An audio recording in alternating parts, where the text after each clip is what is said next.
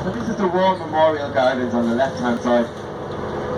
And this commemorates all the Irishmen who fought in the First and Second World War. There was a lot of Irishmen who went over and they fought for Britain in the First and Second World War. And this road is the main road which brings you to the west of Ireland. So if you want to get to Galway, it takes about 2 hours and 40 minutes to get there. That's the other side of the country. It's not far away really. And you can also go by rail. It takes about 2 hours to travel by rail. And the main railway station in Dublin is here, and it brings you to pretty much anywhere in Ireland you can get to from Euston Station, which will be added in a few minutes.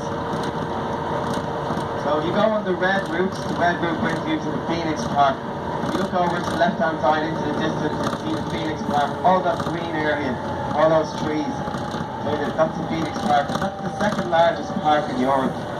So it's 1,740 acres of land in the Phoenix Park. You see the large monument, which is also in the park. This is called the Wellington Monument on the left-hand side. And that's built to commemorate the Duke of Wellington. He was Arthur Wellesley, and he was an Irishman who became Prime Minister of England. He also defeated Napoleon in the Battle of Waterloo. So also in the Phoenix Park, you can go to Dublin Zoo, and you get a reduction for Dublin Zoo tickets there, with money off with your city sightseeing ticket. And they also have the Irish President's House, which is Michael D. Higgins. He lives in Oris in Newtown.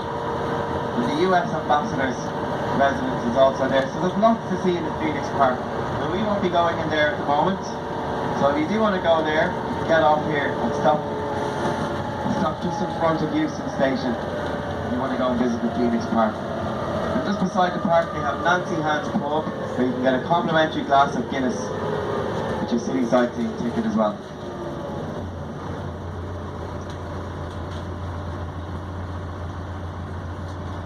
So many years ago, this was the countryside of Dublin, and because of that they built a hospital here called Dr. Stephen's Hospital. It was a hospital for infectious diseases, so if you had cholera, or TB, or scarlet fever, they would send you all the way out to Dr. Stephen's Hospital, away from the people in the city. I'm going to see it coming up now on the right hand side. It's a large yellow building, and it dates back to the 1700s. So this is the stop for Euston Station. Stop number 17.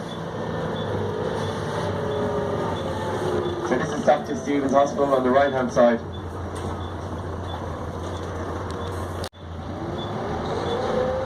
So over to the right hand side there is a sculpture which commemorates all the people who died in the prison from the 1916 Rising. On the left hand side there's a depiction of snakes over the doorway, and that means abandon hope all ye who enter here. So this area is called Kilmainham. And when you hear that word Kill, which comes from C-I-L-L, it's the Irish word for church. So you'll hear it in places like Kilkenny, Kildare, Killarney. That means that there was once a small church in that town or village. That's where they built the town or village around. So there was a small church here in Kilmainham. And this is the spire of the church. But over the years, the church has been demolished or it went into ruin. So the only part that remains is the actual spire. And because it's now protected, they had to build all their houses around that. They couldn't knock it down. So it's all that remains of the old church here on the right hand side. So if anyone is interested in any of our other tours, we also do tours which go outside Dublin.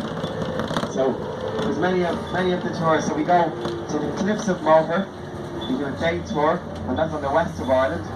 We also do a trip to Newgrange, which is one of the oldest burial sites in the world. It's a megalithic tomb, and it's older than the pyramids of Egypt.